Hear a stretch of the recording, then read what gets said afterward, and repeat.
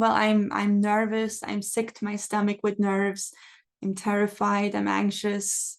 I'm not sleeping at the moment. I'm just hoping for good news. Every single second, every single minute feels like hours. And we're losing time and we're losing opportunity to find them alive. As explorers, we are pessimistic and objective. And as it stands right now, it would be a miracle if they are recovered alive.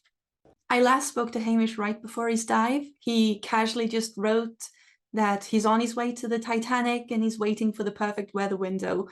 And me, in an equally casual way, just answered, "Godspeed, Hamish," and left it at that because he's always exploring. And I didn't consider that this type of expedition would be as dangerous as it's turned out to be. He's being branded as a UK billionaire going for a sightseeing trip to the Titanic. And every expedition is not a tourist trip. Every expedition is important scientific research that teaches us a little bit more about our own planet Earth and can help us figure out how we can work with our planet and adjust with our planet as our climate is changing. These types of expeditions are very expensive, and we need people like Hamish who can pay and sponsor such an expedition, but also take the risk of joining such an expedition with his expertise. If you scuba dive and you're at 10 meters depth, you will experience 1 bar of atmospheric pressure. When you go down to the Titanic, you times that by 400, the amount of pressure.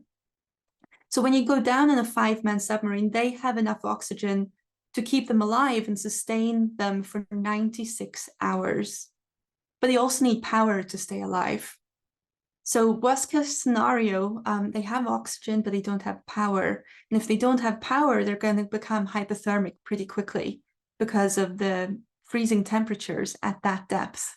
If they manage to self-ascend, they should have managed to have done it by yesterday. That proves that either the crew is not alive, or B, the crew is alive, but they may be stuck somewhere. They may be caught in the wreck of the Titanic, or they could be caught in something as simple as a fishing net. We just don't know. We have no idea. We do know that there are ships and they've set out listening stations, and he put out these listening stations in order to triangulate the position.